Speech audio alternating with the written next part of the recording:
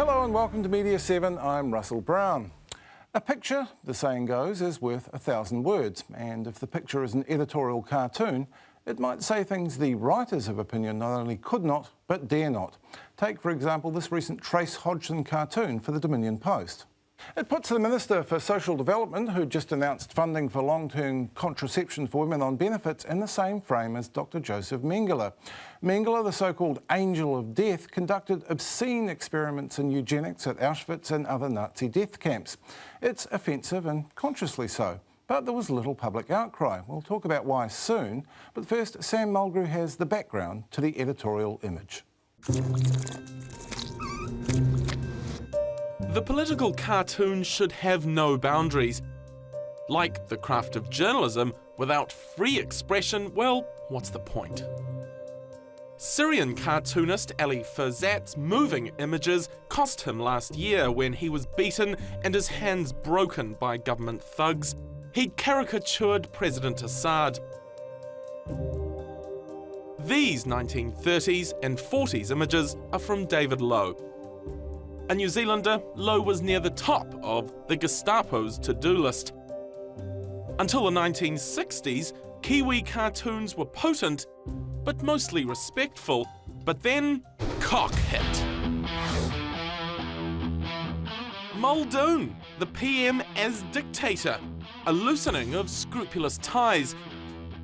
These days, reckons Anna Crichton, the Johnson gets far less scrutiny in media than do female bits. Across the ditch, we must assume it's a different story. Appearing in the Australian newspaper from the mid-70s, Larry Pickering's series are case in point. What you use it for and how it measures up became very important. Some examples, though, were grotesque. But the low blow does belong to politics. Leaky interests, leaky buildings, shady deals, blind optimism, fear and loathing, superheroes, free contraceptives. Bennett is not doing well. But even experienced representatives need nurturing. In with the recession, out with empathy. And the Aussie brain drain that goes with it, to the tune of 1,000 refugees every week. Then there's bank fees. While those who remain in God's zone are either out of work or desperate for a fix. As are media personalities. The naked truth will out. Sorry, I might have warned you about that. Never mind. With me now, the author of that Paula Bennett cartoon, Trace Hodgson, New Zealand Herald Cartoonist Rod Emmerson, and I'm not going to call her a cartoonist because she isn't, editorial illustrator Anna Crichton. Welcome to you all. Thanks. Trace, let's look at that Paula Bennett cartoon again. Her dress is decorated with human skulls. She's there with Mengele, who symbolises obscene evil. He's wearing a swastika. Why'd you go there? Well, actually, it was sort of just a usual Sunday morning, having a cup of coffee with a friend, and we were sort of talking about what's the recent thing of contraception for young women, and we sort of got onto the subject of Nazis and experimentation, and Joseph Mengele popped up. There was one critical letter printed in the paper after the cartoon ran. Was that the only unfavourable response? No, I was told there was hundreds. But they sort of put the kibosh on it a bit, I think. How's that? I think they ran two, and one of them was even in favour of it, or not in favour, but, you know, it was more positive to my line anyway. Were there stern words from the Beehive? Yes, the PM's office complained as well, yeah. And the editor wasn't impressed, gave me a bit of a bollocking. What was she? I mean, presumably she would have approved. She wasn't on that particular night, so it would sort of slip through. That was handy. Yeah. So, yeah, I got a wee bit of a curry up on that one, but... But you still have your job? Temporarily, yeah. It's not the first time. Yes, we'll get to that. Rod Emmerson, you've been pushing the line a little bit lately too. There's the breastfeeding, the takeoff of the Time cover. John Banks suckling from John Key. Was anyone offended by that? Well, not from the feedback that I've had. 100% has been hilarious. Love it. The thing with the cartoon... Titillation. Well, let's go a bit deep in that. The thing with humour is that it's always at someone's expense. So not everyone laughs. There's always one person that will not see the funny side of it. And you can be guaranteed that there'll be probably 2 people that won't see the funny side of that cartoon. So you have to... I take that on board. Every day when I sit down to draw a cartoon, all those things come into mind, you know. How far am I going with this?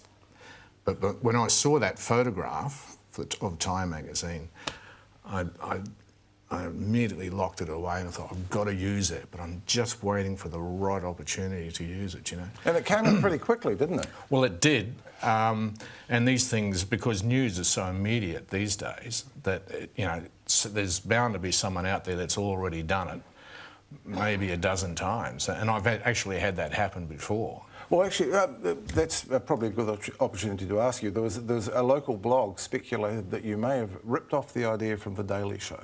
Yeah, well, I'd not seen The Daily Show. And in fact, with that cartoon, it got me out of bed early in the morning and I was sketching it by 7 o'clock in the morning on the computer.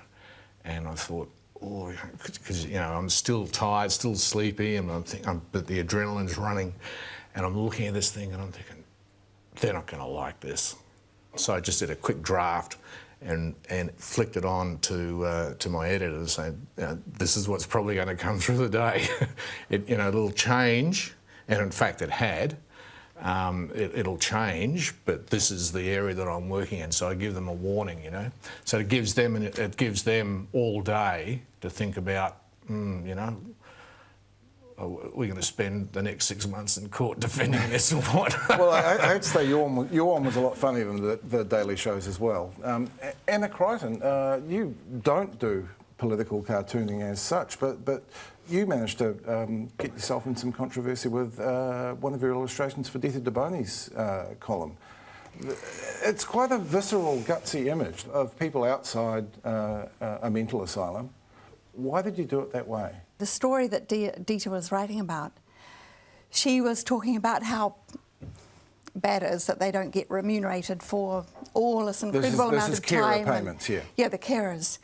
So my idea of using an old institution, an insane asylum, as was in England a very long time ago, they were all over the place, was to show that the government really have their mentality back in the dark ages, and unfortunately a slightly odd choice of words for the image, so it skewed it around the other way and it made it look very, very, very unsympathetic towards the local people, you know, the disabled people now.